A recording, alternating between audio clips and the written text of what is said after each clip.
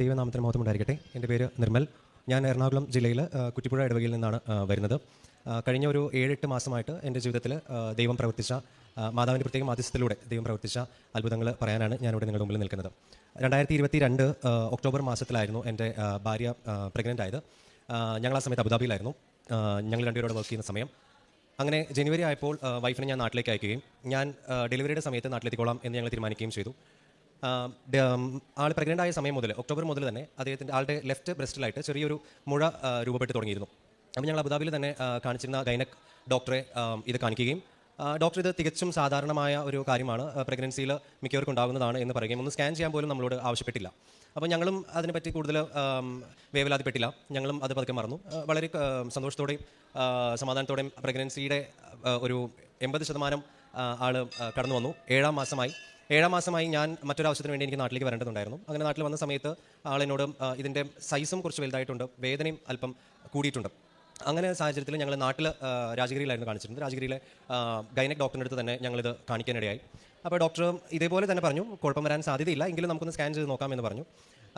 സ്കാനിങ്ങിൻ്റെ date എടുത്ത സമയത്ത് എനിക്ക് നാട്ടിലുണ്ടാവാൻ സാധിച്ചില്ല. എനിക്ക് തിരിച്ച് ജോലിക്ക് കയറേണ്ടതുകൊണ്ടും ഡെലിവറിയുടെ സമയത്ത് ഞാൻ തിരിച്ച് വരേണ്ടതുള്ളതുകൊണ്ടും ഞാൻ പെട്ടെന്ന് തന്നെ തിരിച്ചു പോയി. അങ്ങനെ സ്കാനിങ്ങിൻ്റെ തലേ ദിവസം എൻ്റെ അപ്പയ്ക്ക് ഇവിടെ ഉടമ്പടി, അപ്പനും അമ്മയും രണ്ടുപേരും ഇവിടെ ഉടമ്പടി എടുത്തിട്ടുള്ളവരാണ്. അങ്ങനെ അപ്പൻ ഇവിടെ ആരാധനയ്ക്ക് പ്രാർത്ഥിക്കാനായിട്ട് ഇടയ്ക്ക് വരാറുണ്ട്. അങ്ങനെ വന്ന സമയത്ത് ഇവിടെ ഒരു പുതിയ മന്ദിരത്തിൻ്റെ പണി നടക്കുന്നുണ്ട്. അതിന് വേണ്ടിയിട്ട് ഒരു ഡൊണേഷൻ എന്തോ ഇവിടെ കൊടുത്തിരുന്നു. ആ കൊടുത്തതിൻ്റെ ഭാഗമായിട്ട് കൃപാസന മാതാവിൻ്റെ ഒരു രൂപം ഇവിടുന്ന് ഞങ്ങൾക്ക് ലഭിച്ചു. അപ്പോൾ ഇത് സ്കാനിങ്ങിൻ്റെ തലേ ദിവസമാണ് ഞങ്ങളുടെ വീട്ടിൽ ഈ രൂപം എത്തുന്നത്. അതിനുശേഷമാണ് പിറ്റേന്ന് സ്കാനിങ് നടക്കുന്നതും സ്കാനിങ്ങിൽ അവർ ഇത് ബയോപ്സി എടുക്കണമെന്ന് പറയുന്നതും. അങ്ങനെ ബയോപ്സിയിലേക്ക് പോകുന്നു. ബയോപ്സിയുടെ റിസൾട്ട് മെയ് 13 മാതാവിൻ്റെ തിരുനാളിൻ്റെ ഫാത്തിമാതാവിൻ്റെ തിരുനാളിൻ്റെ അന്ന് തന്നെ റിസൾട്ട് വരികയാണ്. 3rd സ്റ്റേജ് ക്യാൻസർ ആയിരുന്നു.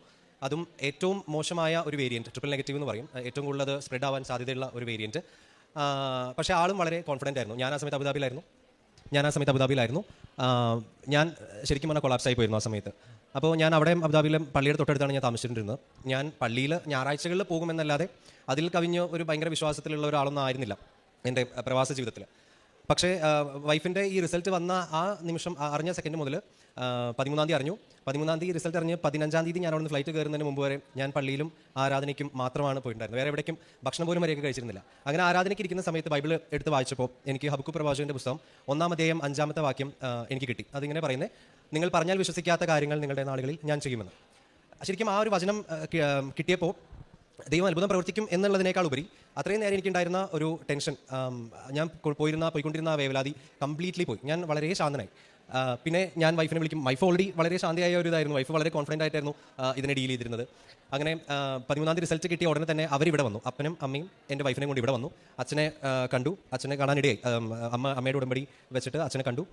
അച്ഛൻ ഈ റിസൾട്ട് കൊണ്ടുപോയിട്ട് മാതാവിൻ്റെ ഗ്രോട്ടയിൽ വെച്ചിട്ട് പ്രാർത്ഥിക്കുകയും വൈഫിൻ്റെ അടുത്ത് വന്നിട്ട് പേടിക്കേണ്ട, മാതാവ് നോക്കിക്കോളും എന്ന് പറയുകയും ചെയ്തു. പിന്നീട് പിറ്റേ ദിവസം 14 ഞാനില്ല, വൈഫും അമ്മയും അപ്പനും ഇതുപോലെ തന്നെ ഓങ്കോളജിസ്റ്റിനെ കാണാനായിട്ട് പോകുന്നു ഈ റിസൾട്ടായിട്ട്. അപ്പോൾ ഓങ്കോളജിസ്റ്റ് പറയും, നമുക്ക് എത്രയും പെട്ടെന്ന് സിസേറിയൻ ചെയ്ത് കുഞ്ഞിനെ പുറത്തെടുക്കണം, ട്രീറ്റ്മെൻറ്റ് എത്രയും പെട്ടെന്ന് തുടങ്ങേണ്ടതുണ്ട്, കാരണം ഇതിൻ്റെ വേരിയൻറ്റ് അത്രയും പ്രശ്നമാണ്, ഇത് സ്പ്രെഡ് ആവാൻ ഇപ്പോൾ തന്നെ സ്പ്രെഡ് ആയിട്ടുണ്ടോ എന്നറിയില്ല, അതുകൊണ്ട് ഒരു ദിവസം പോലും നമുക്ക് വെയിറ്റ് ചെയ്യാൻ പറ്റത്തില്ല എന്ന് പറയുമ്പോൾ എൻ്റെ വൈഫിന് സിസേറിയൻ എന്നുള്ളൊരു സംഭവം ഡൈജസ്റ്റ് ആവുന്നില്ല. ഇത്രയും അത്ഭുതം പ്രവർത്തിക്കാൻ കഴിവുള്ള മാതാവും ഈശോവും എന്തിനാണ് എനിക്ക് ഇങ്ങനെ ഒരു ഇത് തരുന്നതെന്നായി. ആൾ ക്യാൻസർ എന്നുള്ള ഒരു രോഗത്തെ ആൾ അംഗീകരിച്ചു. ആൾ പറഞ്ഞു, ഇത് ദൈവം എനിക്ക് തരുന്ന സാധനമാണെങ്കിൽ ഞാൻ സന്തോഷത്തോടെ സ്വീകരിക്കാം, പക്ഷേ എൻ്റെ കൊച്ചിനോ എനിക്ക് ഈ സിസേറിയൻ എന്ന് പറയുന്ന ഒരു ഇത് വേണ്ട എന്ന് ആൾ ഒരു പ്രതിജ്ഞ എടുത്തുകൊണ്ട് ആൾ ഒരു സ്റ്റേറ്റിലായിരുന്നു. അങ്ങനെ ഡോക്ടറോട് പറഞ്ഞു, ഡോക്ടർ നമുക്ക് സിസേറിയൻ വേണ്ട എന്നല്ല, സിസേറിയനിലേക്ക് പോകുന്നതിന് മുമ്പ് പെയിൻ ഇൻഡ്യൂസ് ചെയ്ത് നോക്കാം, നോർമൽ ആവുന്നുണ്ടെങ്കിൽ ആയിക്കോട്ടെ എന്നുള്ള രീതിയിൽ പറഞ്ഞപ്പോൾ ഡോക്ടറിനും പെട്ടെന്ന് ഒരു കോൺഫിഡൻസ്. കാരണം ഇത്രയും 8-ാം മാസത്തിൽ ഒരു നോർമൽ ആക്കാൻ ശ്രമിക്കുക എന്നുള്ളത് ഡോക്ടറിനും അത്ര കോൺഫിഡൻസ് ഇല്ലായിരുന്നു. പക്ഷേ എൻ്റെ വൈഫ് ഒരു ഹോമിയോ ഡോക്ടറാണ്. അപ്പോൾ ആ ഒരു കോൺഫിഡൻസിലും പേഷ്യൻറ്റിൻ്റെ ഭാഗത്ത് നിന്ന് ഇങ്ങനെ ഒരു അപ്രോച്ച് ഉണ്ടായപ്പോൾ ഡോക്ടറും പറഞ്ഞു, ഓക്കെ നമുക്ക് നോക്കാമെന്ന് പറഞ്ഞിട്ട് ഞാൻ 15 വന്നു. 17 ഞങ്ങൾ അഡ്മിറ്റായി. 17 മുഴുവൻ പരിശ്രമിച്ചു. അവർ പല പരിപാടികൾ നോക്കി, നടന്നില്ല. 18 ഇതുപോലെ തന്നെ അവർ പെയിൻ ഇൻഡ്യൂസ് ചെയ്യാൻ പല കാര്യങ്ങളും ശ്രമിച്ചു, നടന്നില്ല. അങ്ങനെ 18 രാവിലെ 5:30 മണിക്ക് ലാസ്റ്റത്തെ അറ്റംപ്റ്റാണിത്. അപ്പോൾ ഫ്ലൂയിഡ് ബ്രേക്ക് ചെയ്യണം. അപ്പോൾ ഫ്ലൂയിഡ് ബ്രേക്ക് ചെയ്യാനായിട്ട് അവർ ലേബർ റൂമിൽ കയറ്റി. അങ്ങനെ അപ്പോൾ വൈഫിന് എൻ്റയർ പ്രോസസ്സിൽ നമ്മൾ വെന്തിങ്ങയിൽ ഇവിടുത്തെ കാശുരൂപം അത് എപ്പോഴും ആളുടെ ഇതിലുണ്ടായിരുന്നു. അതുപോലെ തന്നെ ഈ ലമ്പുള്ള സ്ഥലത്ത് നമ്മൾ എപ്പോഴും ലമ്പുള്ള സ്ഥലത്തും കുഞ്ഞിനെയും വയറുമേ നമ്മൾ തൈലം കൊണ്ട് പൂശി ഡെയിലി പ്രാർത്ഥിച്ചിരുന്നു. രാവിലത്തെ പ്രത്യക്ഷ പ്രാർത്ഥന സമയത്തും വൈകുന്നേരത്തെ ഉടമ്പടി പ്രാർത്ഥന സമയത്തും. അങ്ങനെ രാവിലെ ഫ്ലൂയിഡ് ബ്രേക്ക് ചെയ്തു 19-ാം തീയതി. അവർ അതായത് ഫ്ലൂയിഡ് ബ്രേക്ക് ചെയ്ത് കഴിഞ്ഞാൽ പിന്നെ അധികം സമയം വെച്ചുകൊണ്ടിരിക്കാൻ പറ്റത്തില്ല. നമുക്കൊരു ഡെഡ് ലൈൻ അവർ തന്നു, രാത്രി 9 മണി എന്ന് പറഞ്ഞിട്ട്. രാത്രി 9 മണിക്കുള്ളിൽ ഇതിൽ കാര്യമായ പ്രോഗ്രസ് ഒന്നും ഉണ്ടായില്ലെങ്കിൽ നമ്മൾ സിസേറിയനിലേക്ക് പോകും എന്ന് പറഞ്ഞു. സമയം പോയിക്കൊണ്ടിരുന്നു, ഉച്ച കഴിഞ്ഞു, വൈകുന്നേരമായി 7 മണി 8 മണി. അപ്പോൾ 8 മണിയൊക്കെ ആകുമ്പോൾ ചെറുതായിട്ട് ഓപ്പണായി വരുന്നുണ്ട്, പക്ഷേ ഭയങ്കര പ്രതീക്ഷയ്ക്കുള്ള വകുപ്പില്ല. അങ്ങനെ അവർ പറഞ്ഞ സമയത്തിന് 20 മിനിറ്റ് ബാക്കി നിൽക്കെ ആരോഗ്യമുള്ളൊരു പെൺകുഞ്ഞിന് നോർമൽ ഡെലിവറിയിലൂടെ അവൾ ജന്മം നൽകി. അത് ഞങ്ങൾക്ക് അത് പറഞ്ഞു കേൾക്കുന്നവരും ഞങ്ങൾ ആരോടെങ്കിലും പറയുമ്പോഴൊക്കെ എല്ലാവരും അതെങ്ങനെയാണ് 8-ാം മാസത്തിൽ നോർമൽ ഡെലിവറി, അതും കുഞ്ഞിന് യാതൊരു നിയോനേറ്റൽ ഡിപ്പാർട്ട്മെൻറ്റ് എല്ലാവരും അവിടെ റെഡി ആയിട്ട് നിൽക്കുക, കൊച്ചിന് ശ്വാസതടസ്സം ഉണ്ടാവും, പല പ്രശ്നങ്ങൾ ഉണ്ടാവും എന്നുള്ള ഒരു പേടികൊണ്ട്. പക്ഷേ കുഞ്ഞിന് ഇന്നേ വരെ ഒരു പനിയായിട്ട് പോലും ഹോസ്പിറ്റലിൽ പോകേണ്ടി വന്നിട്ടില്ല. ഇന്ന് 8 മാസമാണ് അവൾക്ക്. ഇതുവരെ ഒന്നും പറ്റാതെ മാതാവ് അവളെ കൊണ്ട് നടന്നിട്ടുണ്ട്. പിന്നീട് ഒരാഴ്ച കഴിഞ്ഞപ്പോൾ ക്യാൻസറിൻ്റെ ട്രീറ്റ്മെൻറ്റ് സ്റ്റാർട്ട് ചെയ്യാണ്. അപ്പോൾ ആദ്യം പെറ്റ് സ്കാൻ ചെയ്യണം. പെറ്റ് സ്കാൻ ചെയ്തു. ഇത്രയും പ്രശ്നമുള്ള വേരിയൻ്റ് ആകുമ്പോൾ ഞങ്ങൾ സ്വാഭാവികമായിട്ട് ചിന്തിച്ചിരുന്നു ഇത് എവിടെയെങ്കിലേക്ക് സ്പ്രെഡ് ആയിട്ടുണ്ടാവും. പക്ഷേ മാതാവ് അത്ഭുതം പ്രകടിപ്പിക്കുന്നത് ഞങ്ങൾക്ക് ഉറപ്പായിരുന്നു. പക്ഷേ പെറ്റ് സ്കാൻ റിസൾട്ട് ഞങ്ങൾ 2 ദിവസം കഴിഞ്ഞ് ഡോക്ടറെ കാണാൻ ചെന്നപ്പോൾ ഡോക്ടർ ഇമ്മീഡിയറ്റ് കീമോ നമുക്ക് സ്റ്റാർട്ട് ചെയ്യാം, പക്ഷേ ദൈവാനുഗ്രഹിച്ച് ഇത് എവിടെയും സ്പ്രെഡ് ആയിട്ടില്ല, ആ ഒരു ലംബ് അങ്ങനെ തന്നെ ഇരിക്കുന്നു, അതല്ലാതെ വേറെ എവിടേക്കും സ്പ്രെഡ് ആയിട്ടില്ല എന്ന് പറയുന്നു. ഫുൾ ബ്രസ്റ്റ് തന്നെ റിമൂവ് ചെയ്യേണ്ട ആവശ്യമില്ല, ആ ഒരു ലംബ് മാത്രം റിമൂവ് ചെയ്താൽ മതി എന്നൊക്കെ പറയുമ്പോൾ ശരിക്കും ഞങ്ങൾക്കത് വലിയ ആശ്വാസമായിരുന്നു. പിന്നീട് ആക്ച്വലി മാതാവും ഞങ്ങൾക്ക് ചെയ്തു തന്നതെന്ന് വെച്ചാൽ ഈ ഒരു സഹനത്തിലൂടെ കടന്നു പോകാനുള്ള ശക്തിയായിരുന്നു ഞങ്ങൾക്ക് തന്നെ. രാജഗിരിയിൽ ഡേ കെയറിൽ നഴ്സുമാരും ഞങ്ങളോട് പറഞ്ഞിട്ടുണ്ട്, അതായത് ഇത്രയും ഹാപ്പി ആയിട്ട് വന്ന് കീമോ ചെയ്ത് പോയ വേറൊരാളുണ്ടായിട്ടില്ല. അത്രയും സന്തോഷത്തോടെ ഞങ്ങൾ ചിരിച്ച് കളിച്ചാണ് പോയി കീമോ ചെയ്തിരുന്നത്. അത് മാനുഷികമായ ബുദ്ധിയിൽ ചിന്തിച്ചാൽ പറ്റത്തില്ല. ദൈവം ഞങ്ങൾക്ക് തന്ന വലിയൊരു അനുഗ്രഹമായിരുന്നു. ശരിയായിരിക്കാം, സൗഖ്യമായിരിക്കും ഞങ്ങൾ പ്രാർത്ഥിച്ചിരുന്നത്, പക്ഷേ സൗഖ്യമല്ല, ദൈവം അതൊരു സഹനമായിട്ട് തന്നെയാണ് തന്നത്. ഞങ്ങൾ ഏറ്റെടുത്തു. എൻ്റെ വൈഫ് അത് വളരെ ഭംഗിയായിട്ട് ഏറ്റെടുത്തു. വളരെ ഭംഗിയായിട്ട് ആ ട്രീറ്റ്മെൻറ്റ് മുഴുവൻ പൂർത്തിയാക്കി. ഒക്ടോബർ അവസാനമായിരുന്നു, ഒക്ടോബർ 31 മാതാവിൻ്റെ കൊന്ത തീരുന്ന അന്ന് ലാസ്റ്റ് റേഡിയേഷനായിരുന്നു. അങ്ങനെ ട്രീറ്റ്മെൻറ്റ് തീർന്നു. വൈഫിന് 1 വർഷത്തേക്ക് ഒരു ടാബ്ലറ്റ് മാത്രമേ ഇപ്പോൾ ഉള്ളൂ. അങ്ങനെ ഈ വൈഫിൻ്റെ ട്രീറ്റ്മെൻറ്റിൽ ഞങ്ങൾക്ക് തന്ന അനുഗ്രഹവും കുഞ്ഞിൻ്റെ നോർമൽ ഡെലിവറിയും ആരോഗ്യമുള്ളൊരു കുഞ്ഞ് നോർമൽ ഡെലിവറിയിലൂടെ തന്നതും ആയിട്ടുള്ള 2 അത്ഭുതങ്ങൾ ചെയ്തിരുന്നു. ഇത് രണ്ടും ഞാൻ ഉടമ്പടി എടുത്തിട്ടുണ്ടായിരുന്നല്ല. ഇത് അമ്മയുടെ ഉടമ്പടി ആയിരുന്നു അന്ന് ലൈവായിരുന്നത്. അപ്പോൾ അമ്മയുടെ ഉടമ്പടിയിലും ഈ കാര്യങ്ങളൊന്നും എഴുതിയിട്ടുണ്ടായിരുന്നില്ല, കാരണം അതിന് മുമ്പ് എടുത്ത ഉടമ്പടിയായിരുന്നു. പക്ഷേ ഞങ്ങൾ പ്രാർത്ഥനയിൽ ഈ നിയോഗങ്ങൾ വെച്ച് പ്രാർത്ഥിച്ചിരുന്നു. അങ്ങനെ ട്രീറ്റ്മെൻറ്റ് കഴിഞ്ഞു. അപ്പോൾ ഈ 5 മാസം ഞാൻ വീട്ടിലായിരുന്ന സമയത്ത് ഞാനും വൈഫും ചർച്ച ചെയ്ത് ഞങ്ങളൊരു തീരുമാനത്തിലെത്തി, ഞാൻ ഇനി തിരിച്ച് ഗൾഫിലേക്ക് പോകുന്നില്ല. എന്താണെന്ന് വെച്ചാൽ മുമ്പ് ഞാനും വൈഫും വർക്ക് ചെയ്തിരുന്നു. അപ്പോൾ 2 പേരുടെ സാലറി ഇനഫ് ആയിരുന്നു ആക്ച്വലി നമുക്ക് അവിടെ ലിവ് ചെയ്യാനായിട്ട്. പക്ഷേ ഇപ്പോഴത്തെ സാഹചര്യത്തിൽ വൈഫിന് വർക്ക് ചെയ്യാൻ പറ്റില്ല കുറച്ച് കാലത്തേക്ക്. അപ്പോൾ കുഞ്ഞും കൂടി വന്നതുകൊണ്ട് ചിലവുകൾ കൂടും ഞങ്ങൾക്കറിയാം. അപ്പോൾ ഞങ്ങൾ വിചാരിച്ചു സേഫർ ഓപ്ഷൻ ഞങ്ങൾക്ക് നാട്ടിൽ നിൽക്കാം. നാട്ടിൽ നമുക്ക് വലിയ പ്രശ്നങ്ങളില്ല.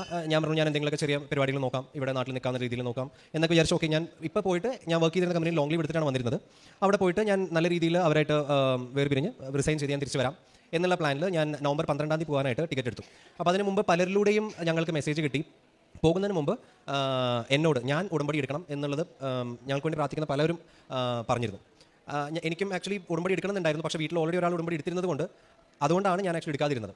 പക്ഷേ ഞാൻ വൈഫിൻ്റെ വീട്ടിലേക്ക് ചിലപ്പോൾ പോകാനൊക്കെ സാധ്യതയുള്ളതുകൊണ്ടും പിന്നെ ട്രീറ്റ്മെൻറ്റ് കഴിഞ്ഞ് അവിടെ കുറച്ച് ആൾ ഇരിക്കാൻ സാധ്യതയുണ്ട്, അവിടെ ഉടമ്പടി ആർക്കും ഇല്ലാത്തതുകൊണ്ടും ഞാൻ ഉടമ്പടി 9-ാം തീയതി ഇവിടെ വന്നിട്ട് നവംബർ 9-ന് വന്ന് ഉടമ്പടി എടുത്തു. നവംബർ 12-ന് ഞാൻ തിരിച്ച് അബുദാബി പോയി. നവംബർ 13-ന് ഞാൻ റെസിഗ്നേഷൻ ഇട്ടു.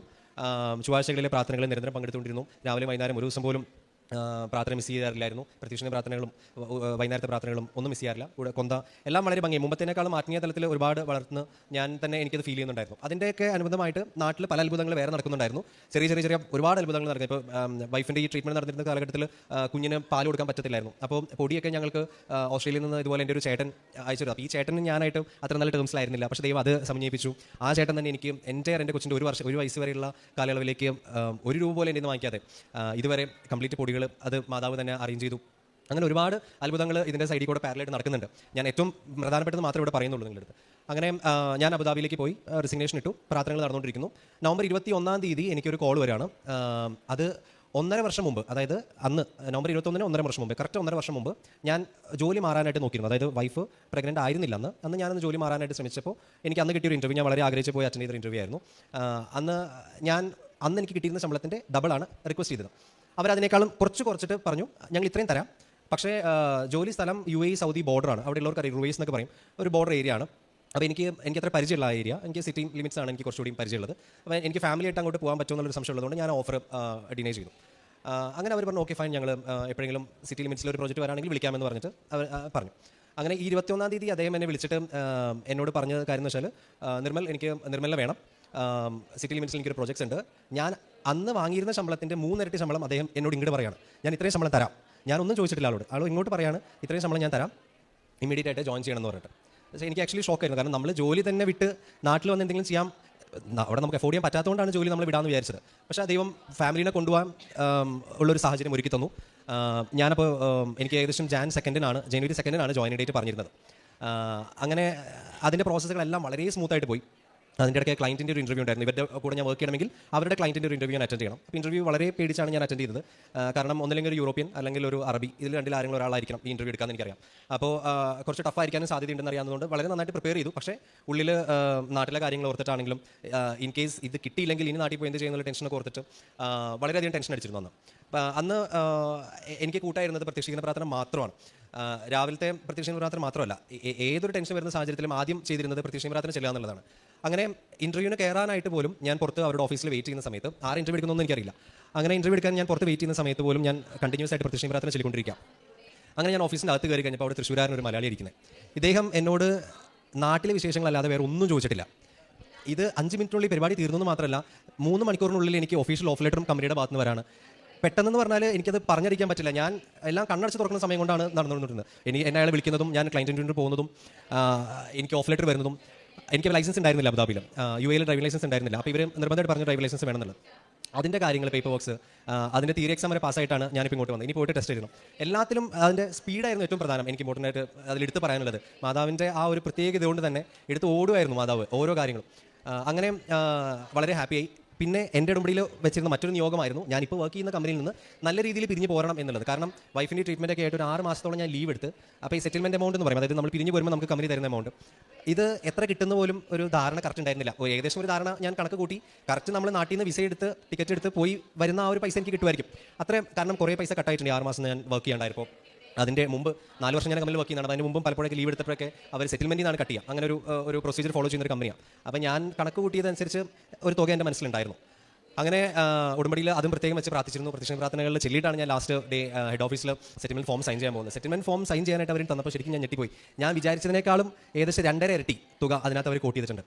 ഇതെങ്ങനെ വന്നു എന്ന് എനിക്കറിയില്ല. ഞാൻ എൻ്റെ ഫ്രണ്ട്സായിട്ട് ഞാൻ ഡിസ്കസ് ചെയ്തു. അവരും കാൽക്കുലേറ്റ് ചെയ്ത് നോക്കിയിട്ട് ഇതെങ്ങനെ ഇത്ര തുക വരാൻ സാധ്യതയുണ്ടെന്ന് ഞങ്ങൾക്ക് ആർക്കും മനസ്സിലാവുന്നില്ല. അങ്ങനെ ആ തുക കിട്ടി. അപ്പോൾ പിന്നെയുള്ള ഒരു കാര്യം എന്നുള്ളത് കൊച്ചിൻ്റെ മാമോദിസയായിരുന്നു. അപ്പോൾ ഞാൻ ഈ പെട്ടെന്ന് ജോലിക്ക് ജോയിൻ ചെയ്യേണ്ടി വരുമല്ലോ. അപ്പോൾ ഈ കൊച്ചിൻ്റെ മാമോദിസ നടത്താനായിട്ട്, കാരണം വൈഫിൻ്റെ ട്രീറ്റ്മെൻറ്റ് കാര്യങ്ങൾ കൊണ്ട് മാമോദിസ നടത്തിയിരുന്നില്ല. അങ്ങനെ കമ്പനി തന്നെ എന്നോട് പറയുന്നത് ജനുവരി 2 ജോയിൻ ചെയ്താൽ മതി, നാട്ടിൽ പോകണമെങ്കിൽ പോകോളൂ, പക്ഷേ സ്വന്തമായിട്ട് വിസ എടുത്തിട്ട് തിരിച്ച് വരണം, ഇവിടെ വന്നിട്ട് പിന്നെ ഞങ്ങൾ വിസ പ്രോസസ് ചെയ്തോളാം എന്ന് പറഞ്ഞു. അല്ലെങ്കിൽ ഇവിടെ തന്നെ കണ്ടിന്യൂ ചെയ്യൂ ഞങ്ങൾ. അപ്പോൾ എനിക്ക് 10-18 ദിവസം ഞാൻ വെറുതെ അവിടെ ഇരിക്കണം. അപ്പോൾ ഞാൻ വിചാരിച്ചു വേണ്ട, ഞാൻ നാട്ടിൽ പോയിട്ട് മാമോദിസയൊക്കെ തീർത്തിട്ട് ഞാൻ തിരിച്ച് വരാം, 2 ജോയിൻ ചെയ്താൽ പോരെ. അപ്പോൾ ഇതൊക്കെ നടക്കുന്നത് ഡിസംബർ 12-13 അങ്ങനെ ഞാൻ കമ്പനിക്ക് നോട്ടിഫിക്കേഷൻ ഇട്ടു ഞാൻ നാട്ടിൽ പോവുകയാണെന്ന് പറഞ്ഞിട്ട്. അങ്ങനെ ഞാൻ നാട്ടിലെത്തി. ഡിസംബർ 26 ആയിരുന്നു മാമോദിസ. അപ്പോൾ 21 ആയപ്പോൾ ഞാൻ വിസയ്ക്ക് അപ്ലൈ ചെയ്തു തിരിച്ച് പോകാനായിട്ടുള്ളത്. 2 ജോലിക്ക് ജോയിൻ ചെയ്യണമല്ലോ. അപ്പോൾ വിസയ്ക്ക് അപ്ലൈ ചെയ്ത് കഴിഞ്ഞ് 2 ദിവസം കഴിഞ്ഞപ്പോൾ എനിക്ക് വിസിറ്റ് വിസ റിജക്റ്റായി. അപ്പോൾ സാധാരണ അങ്ങനെ ഒരിക്കലും സംഭവിക്കാറില്ല. UAEയുടെ ഒരു വിസിറ്റ് വിസ റിജക്റ്റ് ആവാനായിട്ട് യാതൊരു സാധ്യതയില്ല. അങ്ങനെ റിജക്റ്റ് ആയി വന്നപ്പോൾ അതിൻ്റെ കാര്യം അന്വേഷിച്ച് പോയപ്പോൾ കമ്പനി ഞാൻ അവിടെ ഉണ്ട്, UAEയിൽ തന്നെ ഉണ്ടെന്നുള്ള ഒരു വിശ്വാസത്തിൽ അവർ അവിടെ എനിക്ക് വേണ്ടി ഒരു ഫയൽ ഓപ്പൺ ചെയ്തു, അവിടുത്തെ എംപ്ലോയ്മെൻറ്റ് വിസ ചെയ്യാൻ വേണ്ടിയിട്ട്. അങ്ങനെ പിന്നെ എനിക്ക് അവർ തന്ന ഏക ഓപ്ഷനിൽ ഒന്നില്ലെങ്കിൽ ഞാൻ ട്രിവാൻഡ്രം പോയിട്ട് ഞാൻ ഇവിടെ എൻ്റെ പ്രോസസ്സ് ചെയ്യണം, അതിൻ്റെ അപ്പോൾ കംപ്ലീറ്റ് എക്സ്പെൻസ് ഞാൻ ബെയർ ചെയ്യണം. അപ്പോൾ വീണ്ടും പ്രത്യക്ഷ പ്രാർത്ഥനയിൽ നമ്മൾ ഇതിനെ സമർപ്പിച്ചു. ഇപ്പോൾ തുടർച്ചയായിട്ട് കഴിഞ്ഞ ഒരാഴ്ച ആരാധനയ്ക്ക് പോയിരുന്നിട്ടും ഇതിന് തന്നെ പ്രാർത്ഥന, ദിവ്യബലിയിൽ എല്ലാം ഇത് തന്നെ സമർപ്പിച്ച് പ്രാർത്ഥന. കാരണം എനിക്ക് വ്യക്തമായിട്ട് മനസ്സിലായി ഇതൊരു തടസ്സമാണെന്നുള്ളത്. അപ്പോൾ ഇതിൻ്റെ തടസ്സത്തിൻ്റെ കാരണം എന്തായിരിക്കുന്നത് ഞാൻ ഇങ്ങനെ ചിന്തിച്ച് കഴിഞ്ഞപ്പോൾ, ഞാൻ UAEയിലേക്ക് തിരിച്ച് നാട്ടിലേക്ക് ഇപ്പോൾ വരുന്നതിന് മുമ്പ് ഈ അത്ഭുതങ്ങളൊക്കെ നടന്നതിൻ്റെ വെളിച്ചത്തിൽ ഞാൻ മാതാവിനോട് ഒരു വാക്ക് കൊടുത്തിരുന്നു, ഞാൻ കൃപാസനത്തിൽ പോയിട്ട് ഇത് സാക്ഷ്യം പറഞ്ഞോളാം എന്നുള്ളത്. 28 ആയിട്ട് ഞാൻ സാക്ഷ്യം പറഞ്ഞിട്ടുണ്ടായിരുന്നില്ല. അതുകൊണ്ട് തന്നെയാണ് എൻ്റെ വിസ നടക്കാഞ്ഞത് എനിക്ക് വ്യക്തമായിട്ട് മനസ്സിലായി. അത് കഴിഞ്ഞ് ഞാൻ 4 എൻ്റെ വൈഫിൻ്റെ വീട് കോയമ്പത്തൂരാണ്. അപ്പോൾ 4 വരെ കോയമ്പത്തൂരായിരുന്നു. അത് കഴിഞ്ഞ് നാട്ടിൽ 2-3 ഫംഗ്ഷൻസ് ഉണ്ടായി. അത് കഴിഞ്ഞ് ഇന്ന് ഞാൻ ഇവിടെ നിൽക്കുന്നവരെ ആ ഗവൺമെൻറ് വെബ്സൈറ്റിൽ അത് അണ്ടർ പ്രോസസ് എന്നാണ് കിടന്നിരുന്നത്. ഞാൻ ഇവിടെ ഇത് എഴുതി കൊടുക്കുന്ന സമയത്ത് പോലും ഞാൻ എടുത്ത് നോക്കി, അതിൽ എനിക്ക് അത് മാറാണെങ്കിൽ ഇതിനകത്ത് അതും കൂടി എഴുതാലോ എന്നുള്ളതിനകത്ത്. പക്ഷേ ആ സമയത്ത് മാറിയില്ല, അണ്ടർ പ്രോസസ് തന്നെയായിരുന്നു. അങ്ങനെ ഞാൻ സിസ്റ്ററിൻ്റെ എഴുതി കൊടുത്ത് പേപ്പർ സിസ്റ്റം മാറ്റി വെച്ച് ഞാൻ ഇവിടെ വന്ന് നിൽക്കുന്ന സമയത്ത് ഞാൻ മൊബൈലിൽ ചുമ്മാ എടുത്ത് നോക്കി. ഇപ്പോൾ അണ്ടർ പ്രോസസ് മാറി, അത് അടുത്ത സ്റ്റെപ്പിലേക്ക് മാറി. അപ്പോൾ അത് പ്രൊസീഡ് ആയിക്കൊണ്ടിരിക്കുകയാണ്. അപ്പോൾ ഇത് ഒരു അത്ഭുതത്തെക്കാൾ ഉപരി എനിക്ക് തന്നെ ദൈവം തന്നൊരു അടയാളമായിട്ട് ഞാൻ കാണാണ്. മാതാവ് പ്രത്യേകമായിട്ട് ഞാൻ നേർന്നൊരു നേർച്ചയാണത്. അതായത് ഞാൻ ഇവിടെ വന്നത് ചെയ്തോളാം എന്നുള്ളത് ഞാൻ ദൈവത്തിനോടുത്ത വാക്കാണ്. അത് നടക്കാത്തതുകൊണ്ടാണ് എൻ്റെ അത് മുടങ്ങിയെന്ന് ഞാൻ വിശ്വസിക്കുന്നു.